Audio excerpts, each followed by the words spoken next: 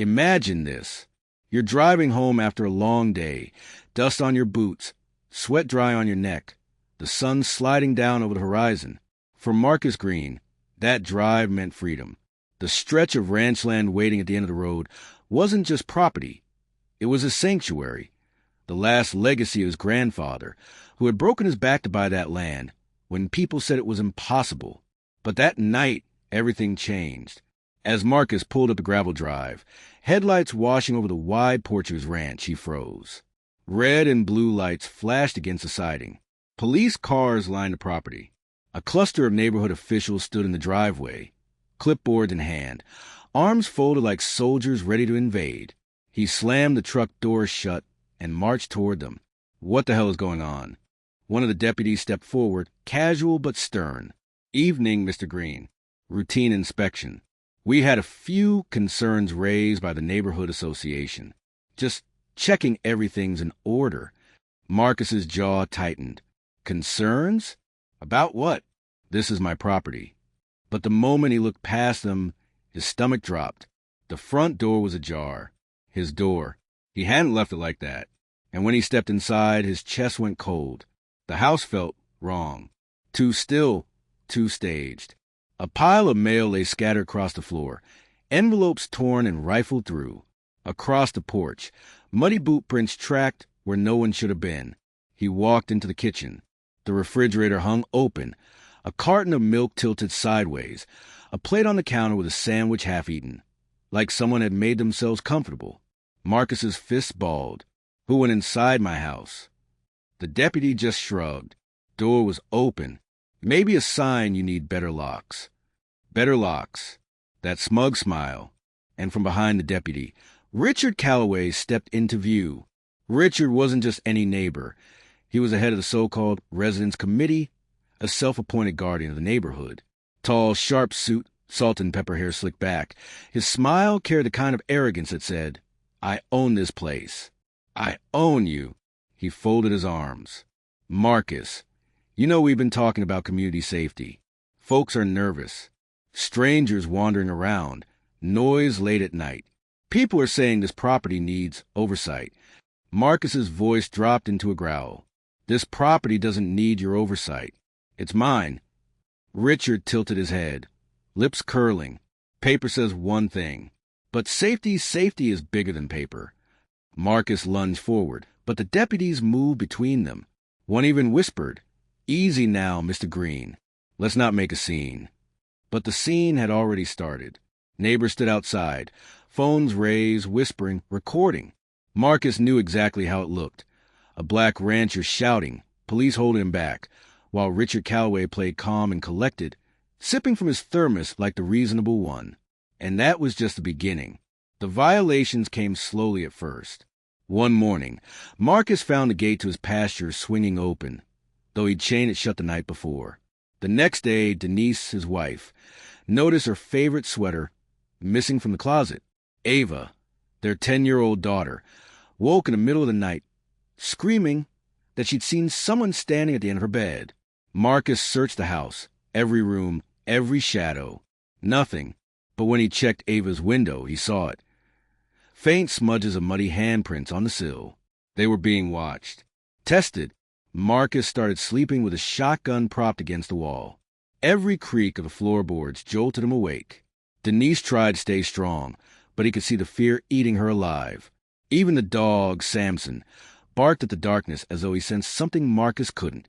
Then came the rearrangements. Subtle at first, a chair angled differently, a picture frame slightly crooked, then bolder.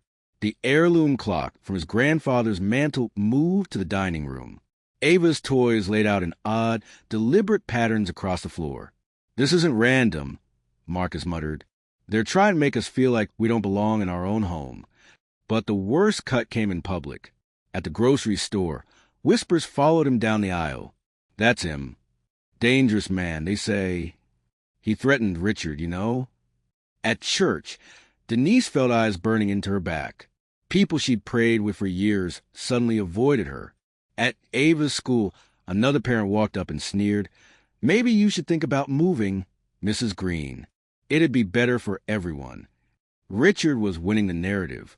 Online, fake posts painted Marcus as unstable, aggressive, even violent. Videos clipped out of context showed him shouting while Richard played the composed victim. And when Marcus called the sheriff's office again, desperate for help, the deputies met him with suspicion instead of support. "Mr. Green, we had multiple reports of disturbances from your address. Yelling confrontations. Maybe you're just under stress." Marcus's eyes widened. "Stress? My home is being invaded. My family is being terrorized. And you're asking if I'm stressed?" From the driveway, Richard leaned against his car, smirking, arms crossed, watching. That smile, that same damn smile. Marcus knew then this wasn't just harassment. It was a war. But he wasn't going to roll over. Not for Richard. Not for anyone. He hired a private investigator. A quiet man with a sharp eye who started tailing Richard's movements, digging into his records. Within a week, the investigator delivered gold. Proof Richard had been funneling HOA money into private security, hiring men to monitor Marcus's ranch. Fake complaint letters filed under non-existent neighbors' names. Payments hidden off the books. Marcus stormed to Richard's front porch, shoving the folder in his face. Fraud. Harassment. Trespassing. "I've got you, Richard. This ends tonight." For the first time, Richard's mask slipped. His smile faltered, his voice dropping into a low growl. "You think one folder saves you? You think paper protects you? You don't understand, Marcus. You're fighting more than me." Then the smile returned, colder than ever. "But I admire your spirit. Let's see how long it lasts." The very next night, Marcus came home to find an envelope taped to his door. Inside, court filings. Real ones. Petitions challenging his ownership of the ranch. Some ancient zoning law about community safety easements that hadn't been enforced in 50 years, resurrected just for him. And worse, attached was a petition signed by over half the neighborhood, declaring Marcus a disruptive resident unfit for this community. Names he recognized. People he'd helped fix fences for. Folks who'd sat at his table and eaten his food, betraying him. Denise wept at the kitchen table. Ava clung to her mother's arm. Marcus felt his blood run cold. But it didn't stop there. 2 days later, Marcus came home and couldn't get through his front door. His key didn't fit. The locks had been changed. He pounded until a guard finally opened it, grinning. "Sorry, sir. Property's under community protection now. You'll need authorization." Marcus's rage boiled over. "My name is on the deed." And then Richard appeared, standing in the hallway of Marcus's home, holding a glass of wine like a king in his castle. "Marcus," he said smoothly, "you keep saying that word, deed, but what does paper mean when the people around you don't believe it anymore?" He reached into his pocket, pulled something out, and let it drop to the floor. Marcus's key ring, the one that had gone missing weeks ago. Richard leaned in, his voice barely a whisper. "You've already lost, Marcus. This house, this land, it knows who it belongs to now." The door slammed in Marcus's face. And as he stood there in the driveway, fist trembling, Denise cried behind him, Ava clutching her mother's leg, Marcus swore he heard it. Footsteps echoing inside the ranch. Not his, not Denise's, not Ava's, but Richard's, walking like he already owned the place. And somewhere deep in the shadows of that home, a voice seemed to whisper back at Marcus, chilling and final, "We live here now." Marcus Green didn't sleep that night. He sat in his truck at the edge of the property, shotgun propped against the passenger seat, eyes fixed on the faint glow from inside the ranch. Every few minutes, he swore he saw shadows moving across the windows, a curtain shifting, a light flicking on, then off again. His family was asleep in a motel 20 miles away. He'd driven them there after Denise broke down, whispering over and over, "We can't stay, Marcus. He's in our house. He's inside our home." Marcus had promised her, "I'll handle this. I'll take it back." But as the hours crawled on, the ranch seemed to pulse with a life of its own. At dawn, Marcus stormed the county courthouse, deed in hand. He demanded an emergency injunction against Richard Calloway and the so-called Residence Committee. He showed the clerk every paper, every receipt, every proof of ownership. The clerk, a young woman with hollow eyes, barely looked up. You'll need to file through the civil board. Could take weeks. Maybe months. Months. Marcus slammed his fist against the counter. They're inside my house right now. Her gaze flicked toward him, finally meeting his. But instead of sympathy, he saw it. Fear. Or worse, recognition. She knew. Someone had already gotten to her. By the time Marcus walked out of the courthouse, his chest burned with rage. On the sidewalk, he spotted two deputies leaning against their cruiser, watching him. One tapped his phone, grinning, while the other muttered, "That's him, the unstable one." Marcus turned away, but not before he noticed the small camera light on the cruiser's dash. Recording. Always recording. That afternoon, Marcus tried another approach. He tracked down Elijah Brooks, an old rancher who'd lived on the edge of town for 40 years.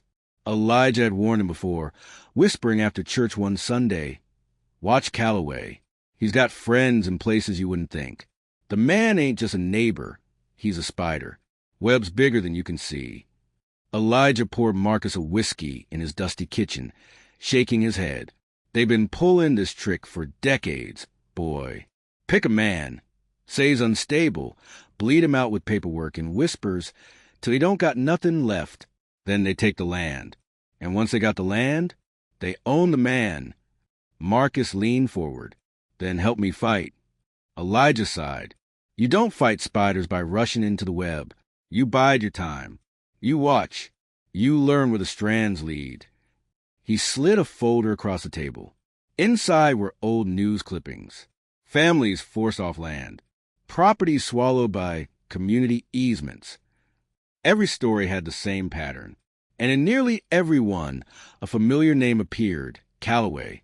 That night, Marcus drove back to the motel. Denise sat on the bed, pale and exhausted, while Ava colored quietly at the table. "Any progress?" Denise asked, her voice hollow. Marcus hesitated. "Not yet, but I've got proof. Calloway's been doing this for years." Denise's eyes filled with tears. "Proof doesn't matter if no one believes it. He's already turned them against us." Before Marcus could answer, Ava spoke up. "Daddy." She held up a piece of paper, a drawing, crayon lines of their ranch. But in the window, she'd drawn a face. Not theirs. A man's face, smiling. Marcus's heart sank. "Sweetheart, who's that?" Ava's voice was calm, too calm. "The man who walks around at night. He told me not to tell. But I saw him again. In my room." Denise covered her mouth, sobbing.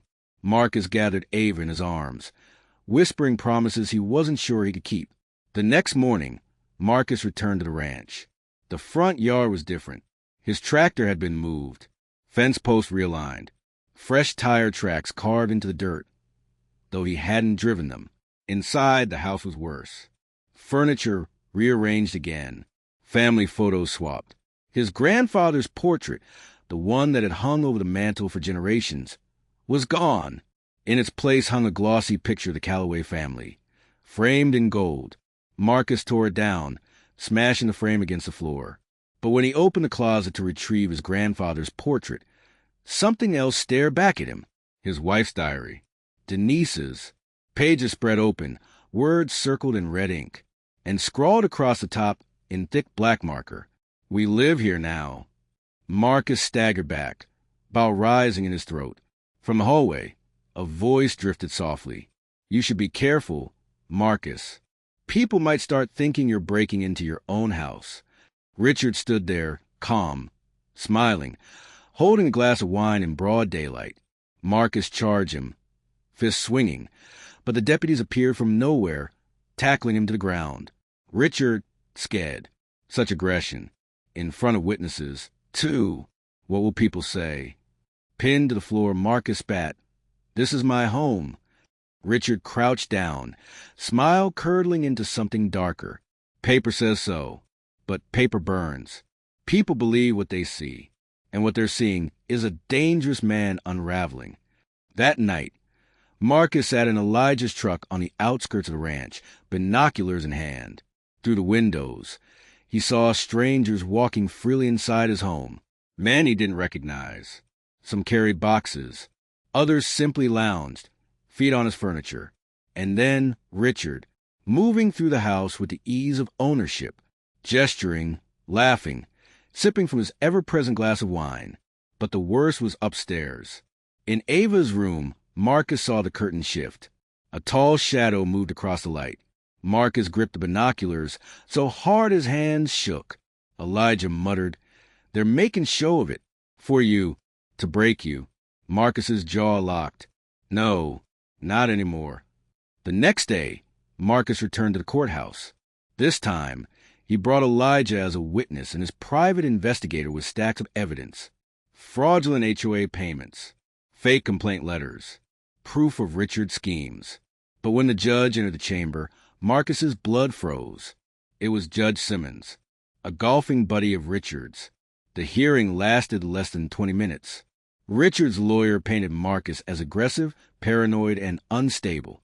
The deputies testified about his outbursts. Even neighbors spoke, repeating the same rehearsed lines.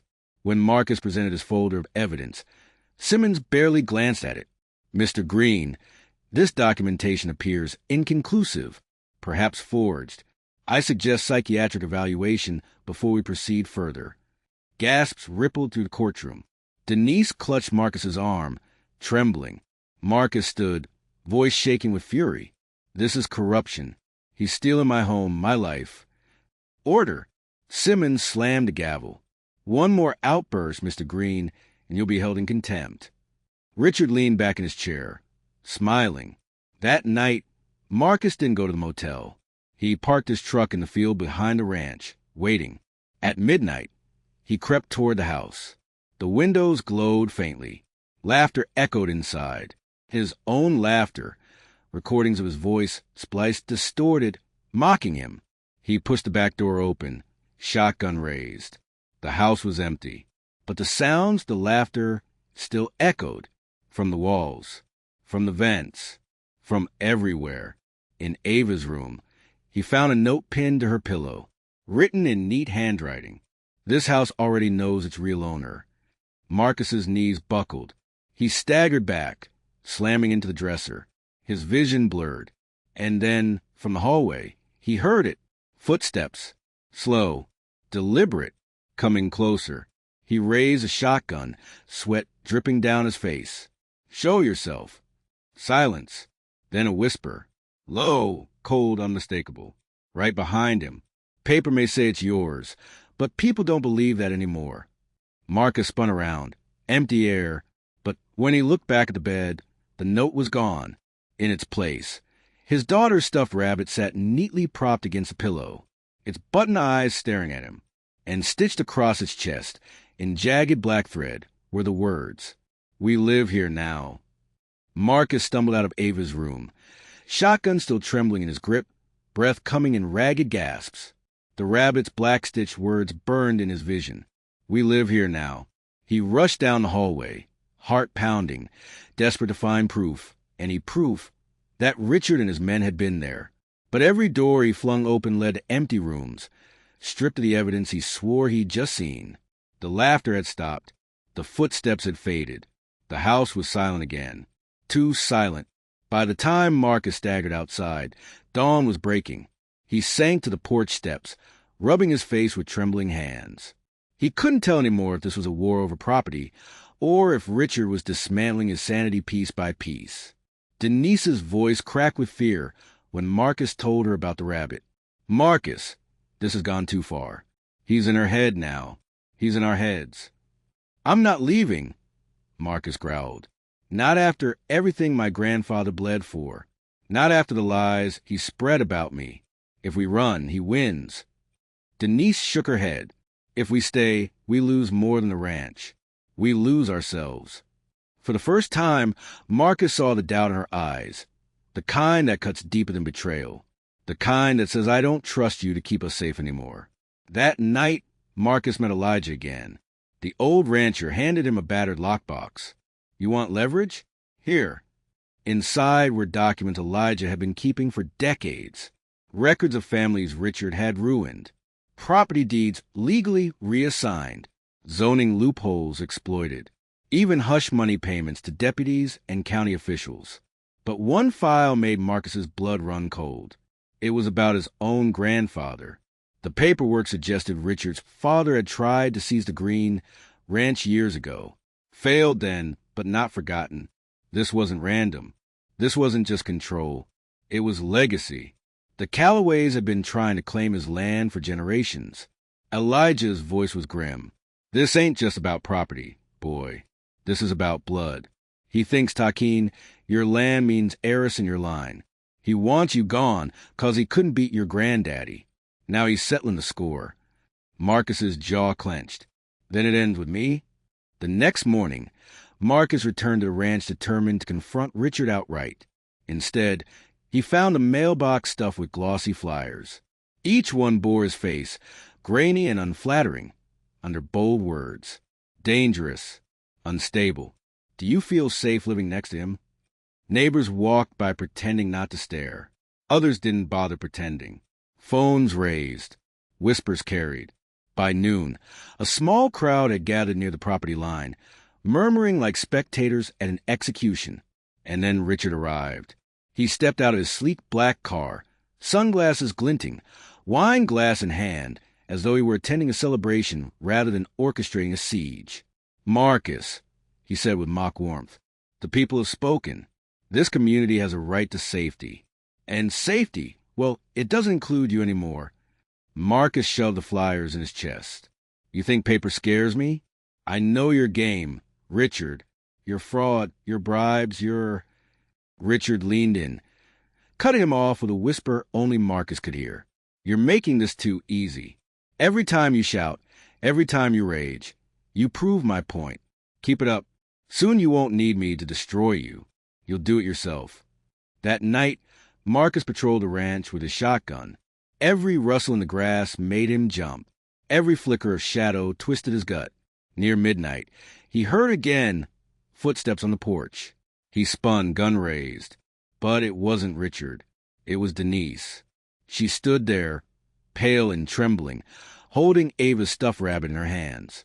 The stitches across its chest had changed. The words no longer read, "We live here now." Now they read, "Daddy can't save you." Marcus's blood turned to ice. Denise's voice broke. It was on Ava's pillow again. Marcus took the rabbit, clutching it like proof of his unraveling world. They're taunting us. They want us broken. But Denise shook her head slowly. Marcus, what if it's not them? What if it's you?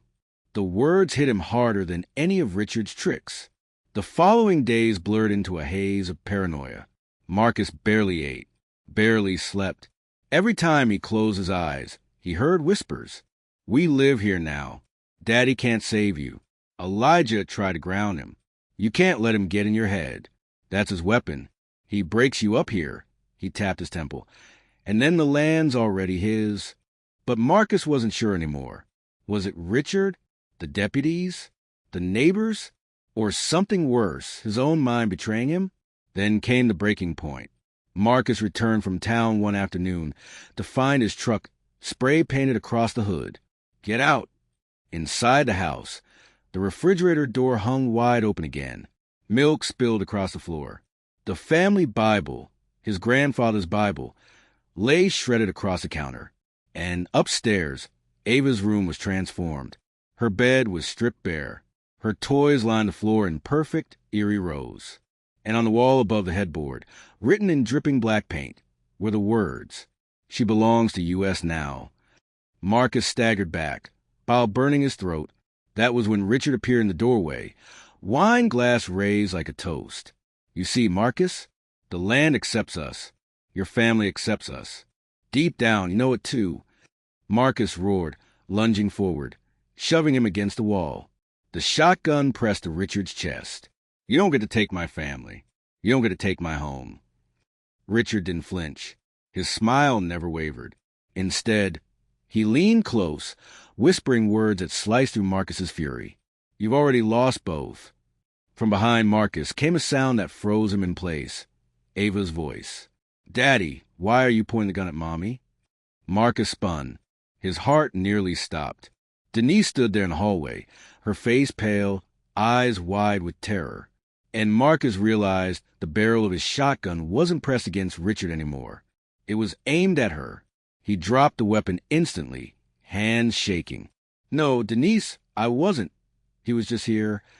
But when he looked back at the wall, Richard was gone. No wine glass, no smirk, no trace, only the words above Ava's bed. "She belongs to us now." Denise pulled Ava into her arms, backing away from Marcus like he was a danger. "Marcus," she whispered, tears streaming, "I can't do this anymore. I can't protect her from you and from him."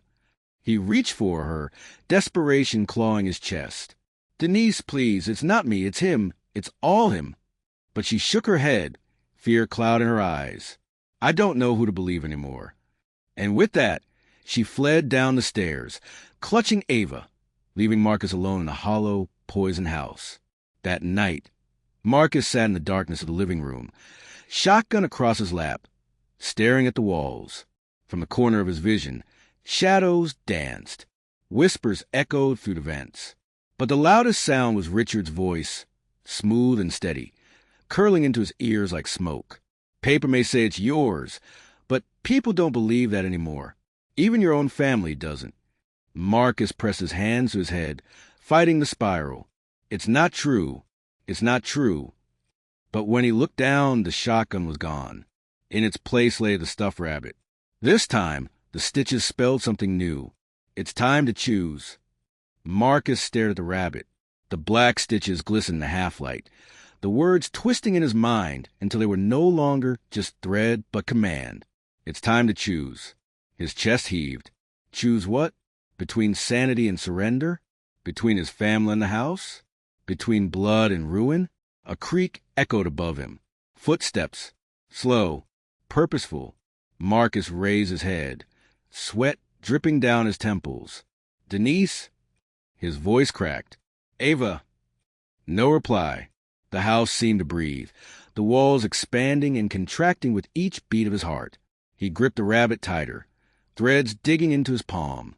Then her laugh. Ava's laugh. But it was wrong. Warped. Twisted. Too deep. Too hollow. Marcus bolted up the stairs.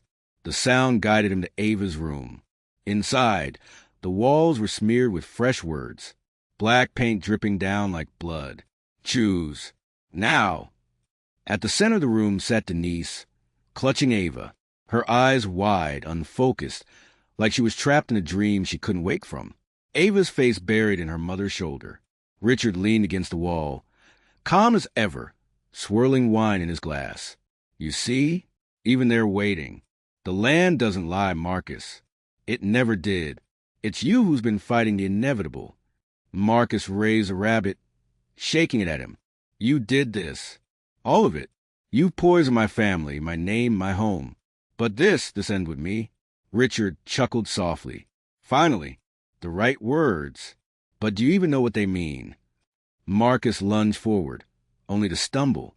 His foot caught on something hard. He looked down. The shotgun, lying at his feet like it had been waiting. "Pick it up," Richard said smoothly. "Prove who this house belongs to. Prove who you are." Denise screamed. "Marcus, don't." Ava lifted her face. Her small voice cut through the storm. "Daddy, please don't hurt us." The words shattered him. His knees buckled, his vision blurred. For a split second, he saw himself, not the victim, not the fighter, just a broken man, standing in a room drenched with fear, holding nothing but a stuffed rabbit and the ghosts of his past. Richard's smirk deepened. "There it is. The truth. They don't believe you. They never will. And when they leave you, Marcus, this house will still stand. Because it was never yours. It was always mine." The walls groaned. The lights flickered. Every photo frame crashed to the floor in unison. Marcus pressed a rabbit to his chest, squeezing until the stitches tore. Black thread unraveled, spilling across his hands like veins. "It's time to choose." The whisper wasn't Richard's anymore. It came from everywhere. From the vents, from the floorboards, from inside his own skull. Marcus dropped the rabbit and grabbed the shotgun. His hands shook as he swung it between Richard and his family. Denise sobbed, "Marcus, please, put it down. Come with us. Leave this place before it destroys you." But Richard only raised his glass, smiling. "You already know the answer." The barrel wavered. Sweat blurred Marcus's vision. Then darkness. The lights died. The house swallowed everything whole. When the lamps flickered back, the room was empty. No Denise. No Ava. No Richard. Only Marcus, on his knees, clutching the shotgun, surrounded by silence. On the wall, fresh words glistened wet with black paint. "You chose." Marcus screamed until his throat tore. But outside, the neighbors gathered at the fence, watching, recording, their phones raised like torches. And in every video they would share, the story was the same. Marcus Green, the unstable man who lost everything. The house behind him stood tall, windows glowing faintly. A shadow in the glass lifted a wine glass in a mocking toast. Richard Calloway's voice curled from the vents, smooth and certain.